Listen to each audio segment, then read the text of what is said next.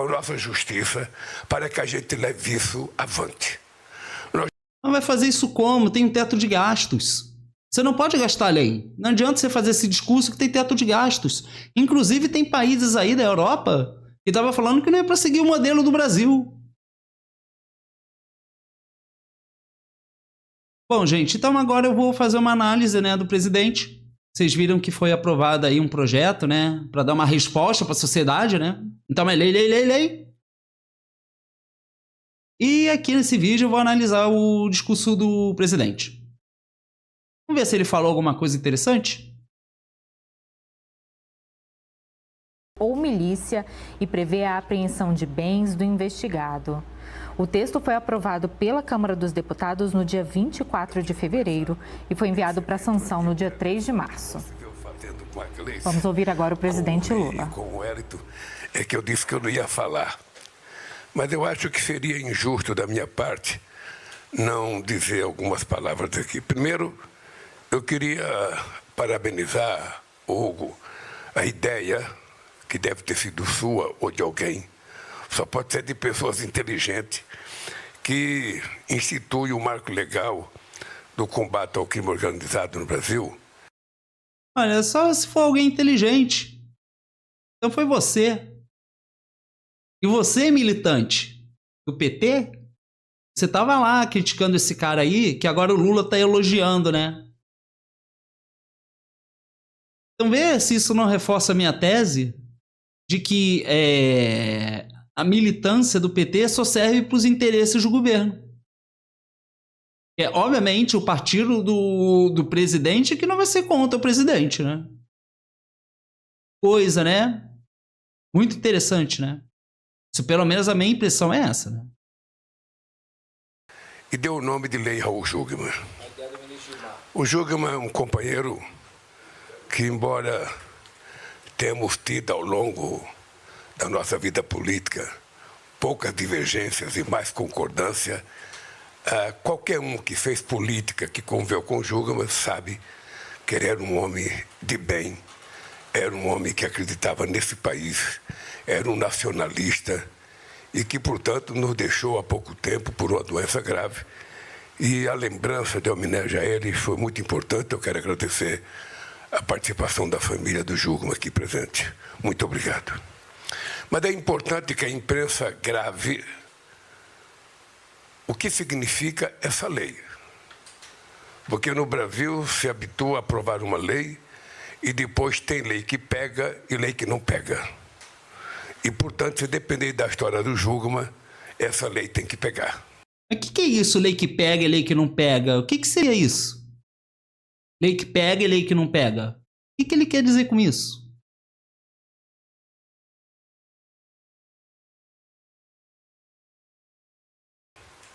Veja só, essa lei, ela define organização criminosa ultraviolenta como facção criminosa quando há 3 ou mais pessoas que empregam violência grave, ameaça ou coação para impor controle territorial ou social, intimidar populações ou autoridades.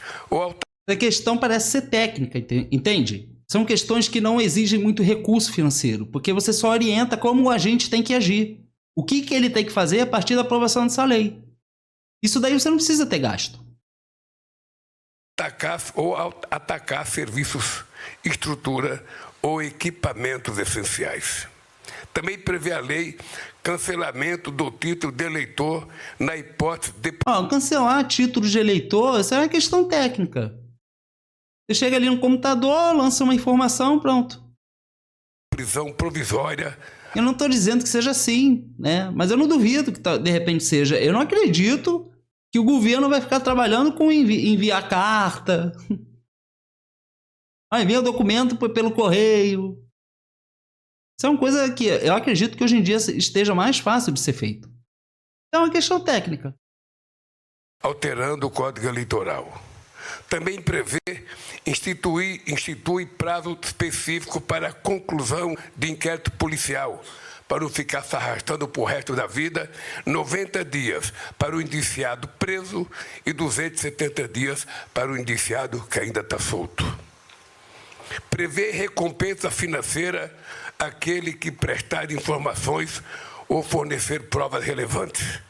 E aí entra a capacidade e a coerência do juiz que vai investigar, porque é preciso que a pessoa tenha provas concretas daquilo que ele está delatando, para a gente não tentar fazer justiça cometendo uma injustiça. Também veda o auxílio reclusão a dependentes de membros de organização criminosa presos ou sem trânsito em julgado. Aqui é uma coisa importante, que é uma coisa tão importante quanto a própria lei. É o cidadão que quiser cometer os seus crimes, ele saiba que os seus filhos e a sua esposa irão pagar pela irresponsabilidade dele. E aí é repressão, né? Aí é repressão. Mas você perceba, né?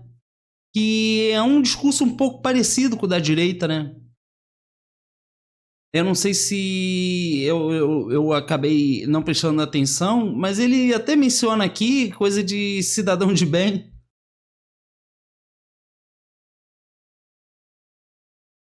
É muito interessante, né, perceber isso.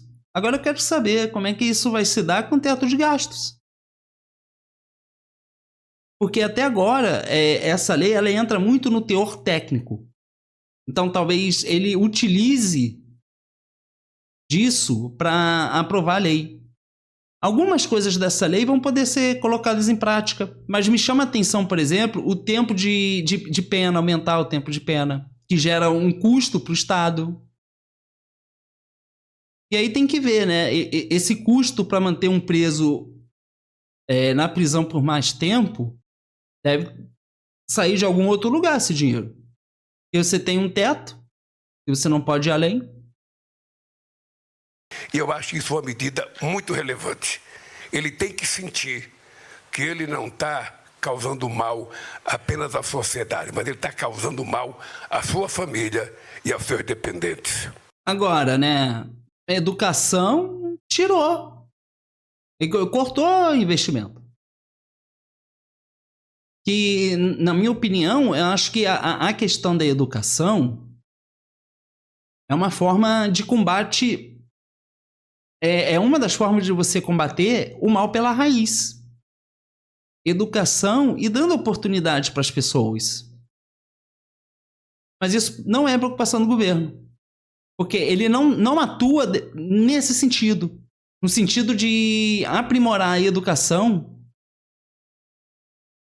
de uma forma mais eficiente. Porque agora tem o EAD.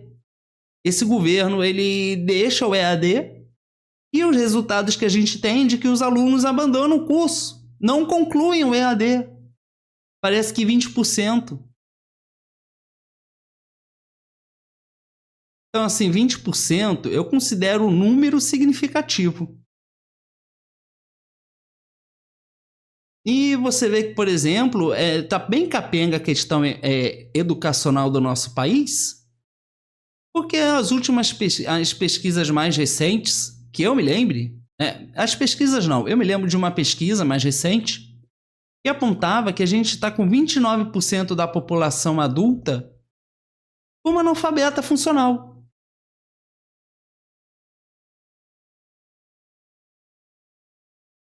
E aí você vê que com 29% de analfabetos funcionais, 29% eu acho um número muito elevado.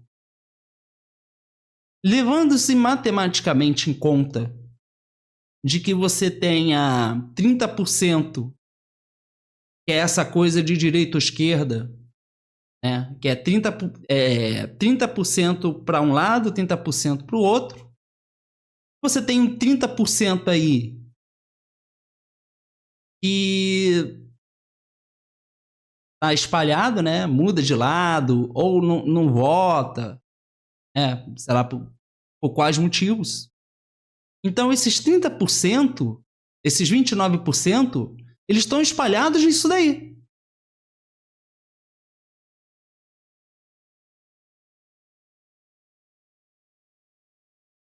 Então, a gente tem pessoas, analfabetos funcionais, que estão aí nesses partidos aí. estão no meio desse movimento político.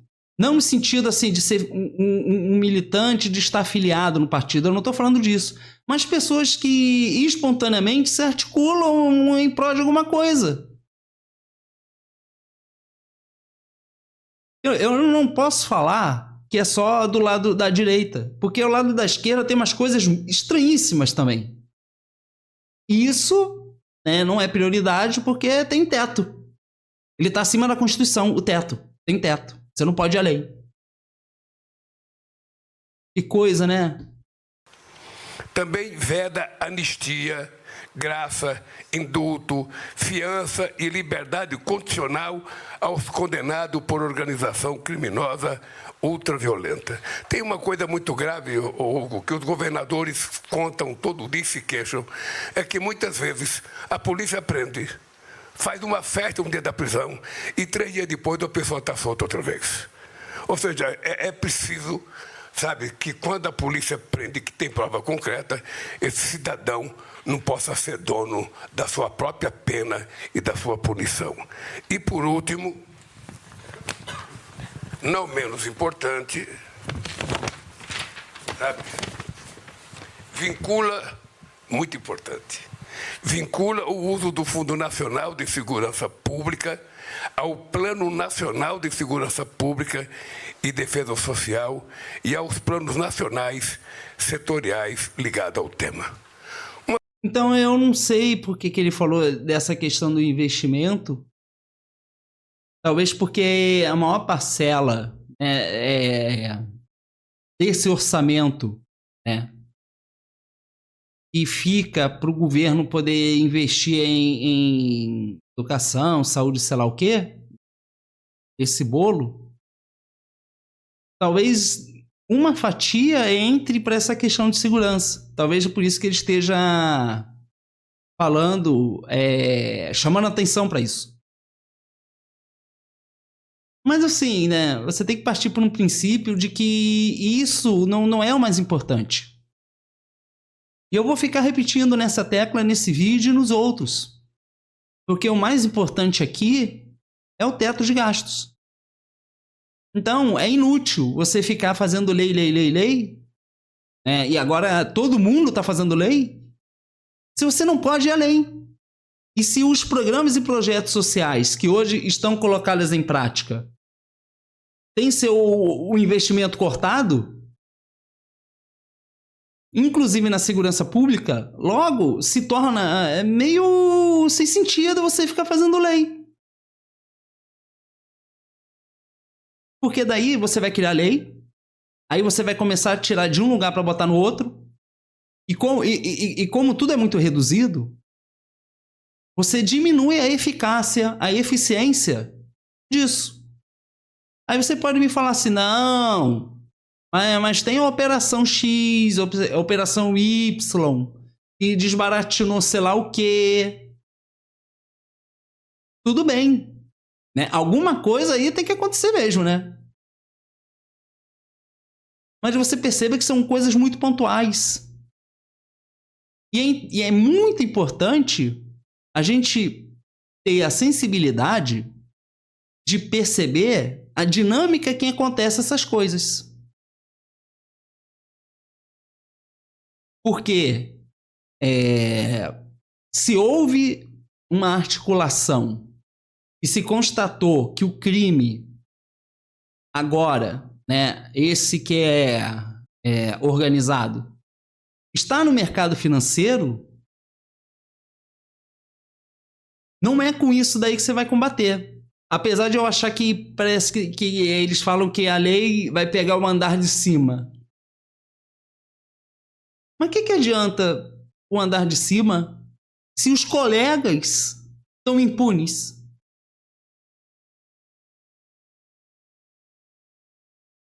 Quantos deputados ou senadores você não vê por aí que tem alguma coisa da família que é pego com alguma coisa ilícita?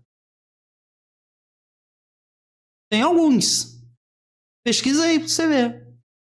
E pesquisa se esse pessoal foi investigado. Porque daí prende, né? Tipo assim, por exemplo, vamos supor que eu seja um deputado e meu tio tem uma empresa, sei lá o quê, e um funcionário da empresa dele estava levando um caminhão com coisas ilícitas. A pessoa simplesmente chega e fala, não, mas é meu tio. Ele não tem nada a ver com isso.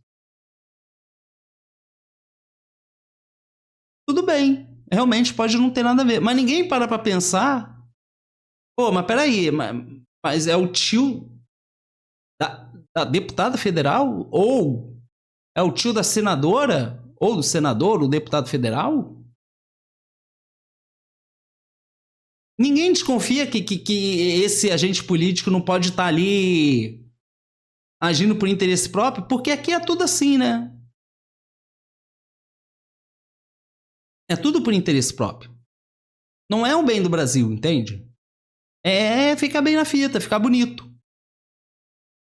Essa coisa de zelar pelo cidadão, eu não sinto isso, entende? Eu não percebo isso. Eu percebo que a população é só uma peça ali para os interesses.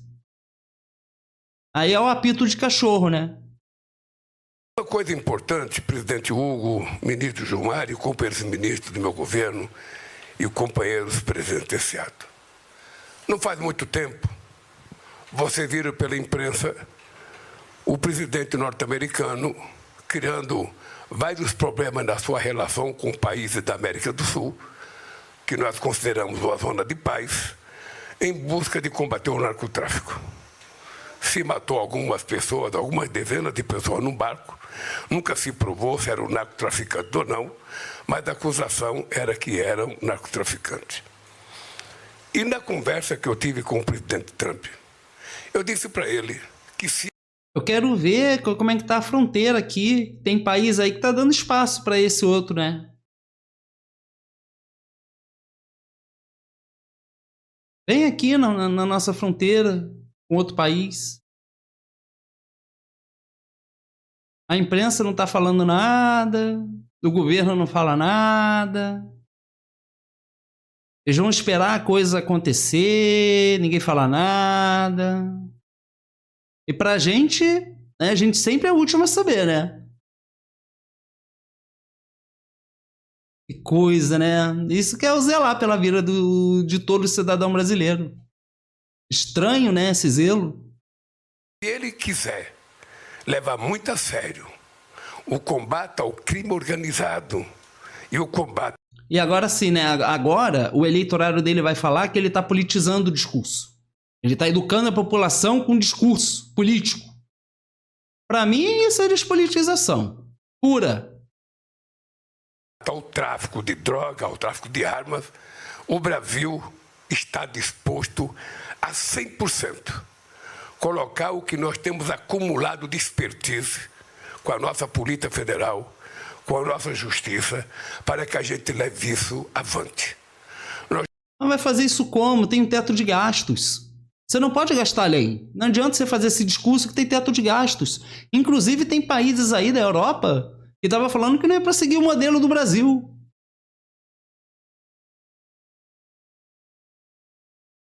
Interessante, né? Então, assim, não adianta você falar isso. Porque você tem teto. Esse governo aí, ele tirou financiamento de vários projetos sociais. Tirou da segurança também. Não se preocupa em tentar mudar a polícia, não se esforça para isso. Não coloca militância para tentar pressionar esses governadores, para tentar fazer um tipo de política em termos de segurança pública que seja diferente do que tem agora. Não tem esse interesse. Então eu não sei, eu não vejo uma solução. Eu não acho que isso vai resolver alguma coisa. E ele falando que esse discurso aí de usar a parafernália estatal, mas como com teto de gastos? Como isso vai ser possível? Eu queria que alguém me tirasse essa dúvida. Já criamos uma base da Polícia Federal no estado do Amazonas, na cidade de Manaus, para trabalhar junto com todos os países da América do Sul, que terão representação de delegados nessa base, para que a gente possa vigiar de forma mais consequente a grande extensiva fronteira que nós temos. Só para se ter... Mas e aí o mercado financeiro? Vai ter lei para o mercado financeiro? Vai ter lei para impedir fraudes? Porque vocês vão pegar o andar de cima. Mas vai ter lei pro mercado. Eu quero lei pro mercado financeiro. Eu não quero só o lastro de dinheiro, se ainda vai continuar a permitir essas falcatruas aí. Ter ideia, nós temos 16.800 quilômetros de fronteira seca. Olha, eu ouço esse troço que ele tá falando aí, de fronteira, é muito grande. Ó, desde que eu sou criança. Essa desculpa é velha. Não é pouca coisa. Só com a Bolívia nós temos 3.400 quilômetros de fronteira. Porque ele está justificando uma dificuldade. Ele quer justificar que a fronteira é muito grande. Aí torna difícil você fazer a proteção da fronteira. Porque esse é o discurso que todos eles usam. É maior do que muitas fronteiras que tem em quase todos os países europeus.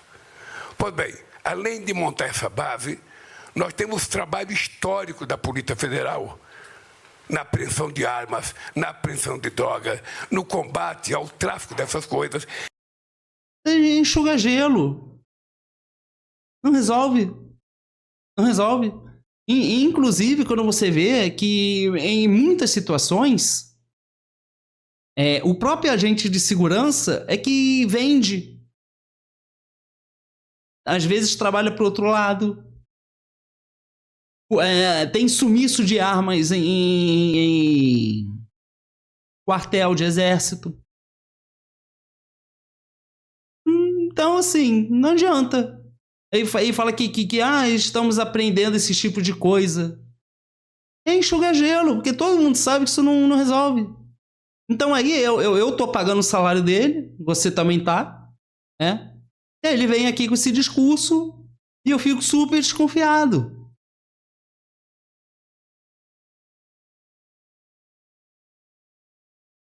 Porque é uma coisa que todo mundo sabe que é enxugar gelo. E não resolve. Ele tá usando o mesmo discurso de anos. Então a situação é muito crítica, né? E nós queremos colocar à disposição de quem quer que seja no mundo que queira levar a sério o combate ao crime organizado e o combate ao narcotráfico. Nós estamos dispostos.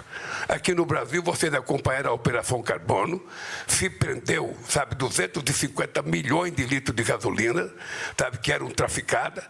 O responsável por essa empresa, que é o maior sonegador de imposto da história do Brasil, mora em Miami.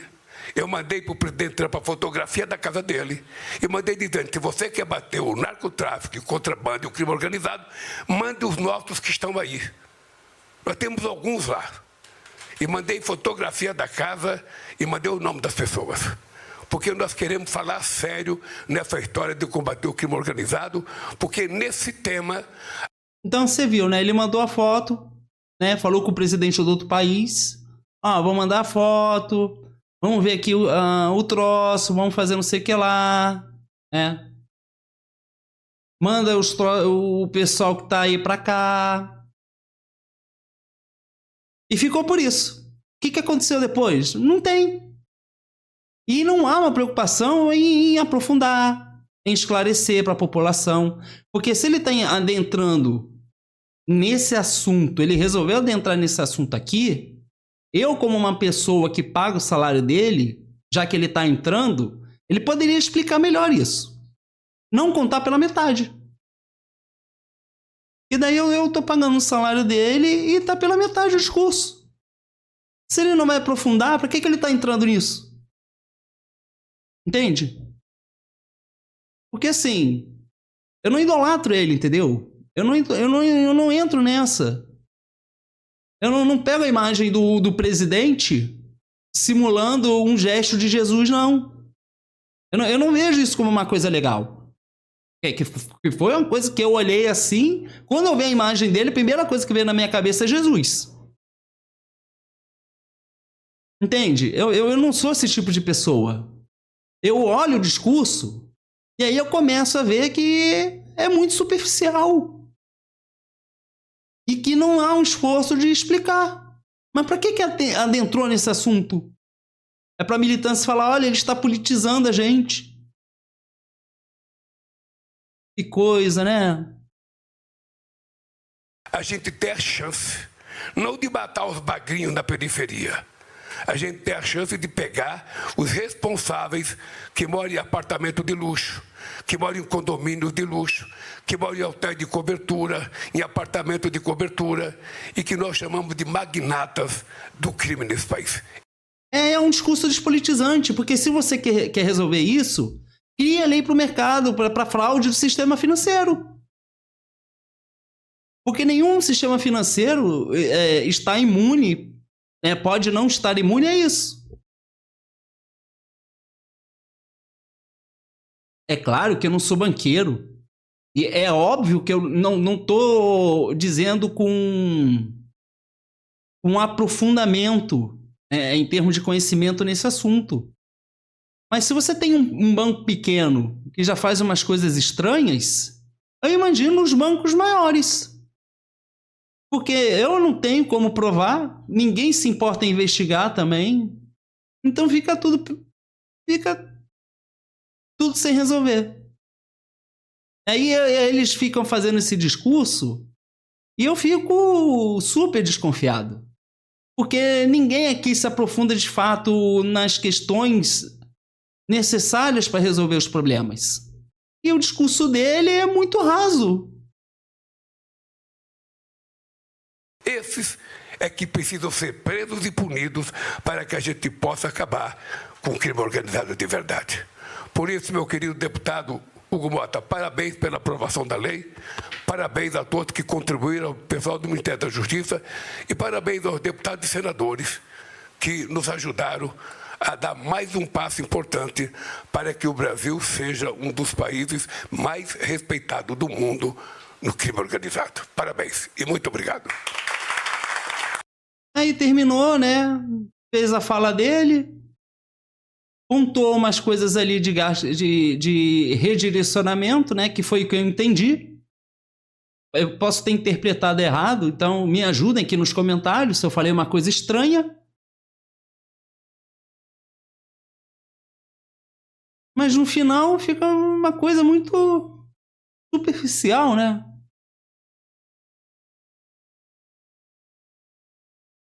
Bom, aí eu não sei, né?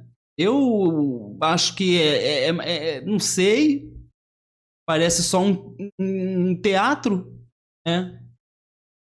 Uma coisa assim só para a sociedade olhar que eles estão fazendo algo, porque tem um monte de corte, tem o teto de gasto. Eu não sei. Será que eu estou exagerando nas minhas observações aqui? Deixe aqui nos comentários, eu quero saber a sua opinião. Porque eu sou... Porque a cada dia que eu vejo o discurso deles, mais desconfiado eu fico. Porque é muito complicado, sabe? Não adianta a gente querer mudar de partido, ou não adianta a gente querer se mobilizar no sentido de tentar colocar alguém de fora, mas não no sentido de ser um translocado, mas de alguém que não teve uma oportunidade desses aí, porque eu acho que esse pessoal não representa mais a gente. E é tudo no tempo deles, né? É tudo com base na articulação, mas para eles se beneficiarem. Não é assim no sentido, não, eu tô aqui porque eu quero melhorar a vida do cidadão brasileiro. Não é assim. Não é assim. Então, assim, né? Eu não sei. Deixa aqui seu comentário, né? Esse ano é eleição. A gente tem que ficar de olho, né? E tem que ficar criticando e ter um senso crítico muito forte para analisar e ver o comportamento desse pessoal. Porque eu, particularmente, como alguém que paga o salário deles, eu me sinto, sei lá, enganado. Vejo como as coisas são meio que uma distração. Não sei, né? Essa é a impressão minha. Mas vamos ficar de olho, hein, gente. Esse ano a eleição aí, ó. Parece que vai ser a mais despolitizante de todas. Mas vamos ver, né? A esperança é a última que morre. Então é isso. Tchau.